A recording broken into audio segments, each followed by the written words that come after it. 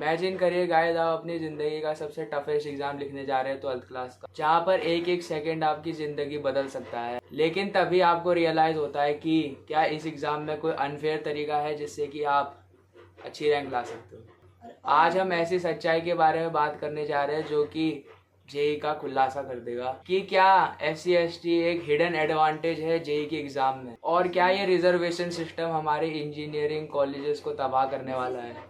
आज हम इसके बारे में बात करेंगे। तो गाइस, फर्स्ट पॉइंट है understanding the SC/ST and reservation system. सबसे पहले हम पता करने वाले हैं कि SC और ST का फुल फॉर्म क्या है। वो तो आपको पता ही होगा, पर जिनको नहीं पता, SC का मतलब होता है शेड्यूल्ड कास्ट और ST का मतलब होता है शेड्यूल्ड। तो गाइस, ये कैटेगरी हेल्प करती है सरकार द्वारा इन कम्युनिटीज़ को, ताकि उनको प्रॉफिट मिल सके, ताकि उन्हें बेनिफिट मिल सके एजुकेशन, जॉब और अदर सेक्टर। नंबर 2 की बात करते हैं रिजर्वेशन इन जेई एग्जामिनेशन। उसमें भी जो सब पॉइंट है वो है relaxed cut off in this examination.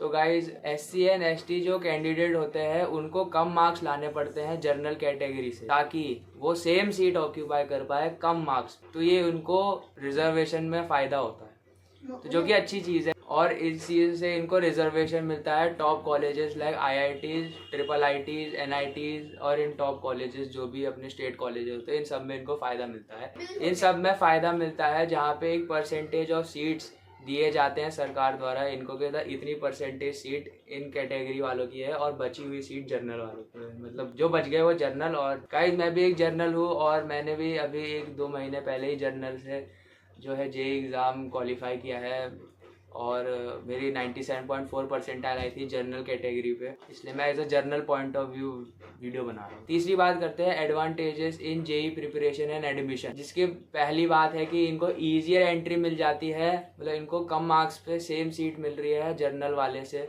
तो इनको ईजी तरीके से एंट्री मिल जा रही है एज़ कम्पेयर टू जनरल, जिनको थोड़े ज़्यादा मार्क्स लाने पड़ते हैं, पर इतने भी नहीं, पर हाँ ज़्यादा लाने पड़ते हैं ताकि वो सेम सीट ऑक्यूपाई करें। पर यही फ़ायदा देता है इन कैटेगरी वालों को, इक्वल अपॉर्चुनिटी देने के लिए करती है सरकार, जिससे कि जो कि हिस्टोरिकली पीछे बैकग्राउंड से हैं उनको ये रिजर्वेशन कैटेगरी हेल्प करता है। उन टैलेंटेड लोगों को जो कि SC/ST बैकग्राउंड से हैं, और उनको भी सेम सीट ऑक्यूपाई करने का पूरा मौका देता है। पर क्या गाइस, इससे जनरल कैटेगरी को नुकसान हो रहा है? तो पॉइंट नंबर 1 है कि जनरल कैटेगरी में कंपटीशन बढ़ते जा रहा है गाइस। हाँ, मैंने खुद ये प्रॉब्लम फेस किया। इसी साल से सबसे ज़्यादा कट ऑफ गया है जनरल कैटेगरी का। जनरल कैटेगरी को इससे ज़्यादा हाई कट ऑफ फेस करना पड़ रहा है इसी प्रॉब्लम। दूसरा पॉइंट, इससे जो सीट है जनरल की वो भी रिड्यूस हो रही है। इसका मतलब कि जो जनरल की सीट्स है वो भी कम होते जा रही है, क्योंकि जो SC/ST या फिर जो दूसरे कास्ट है उनकी सीट का जो परसेंटेज है वो बढ़ा दिया जा रहा है सरकार द्वारा आजकल। इससे ज़्यादा जनरल पे इम्पैक्ट हो रहा है प्रेशर का, उसमें प्रेशर ज़्यादा पड़ता है और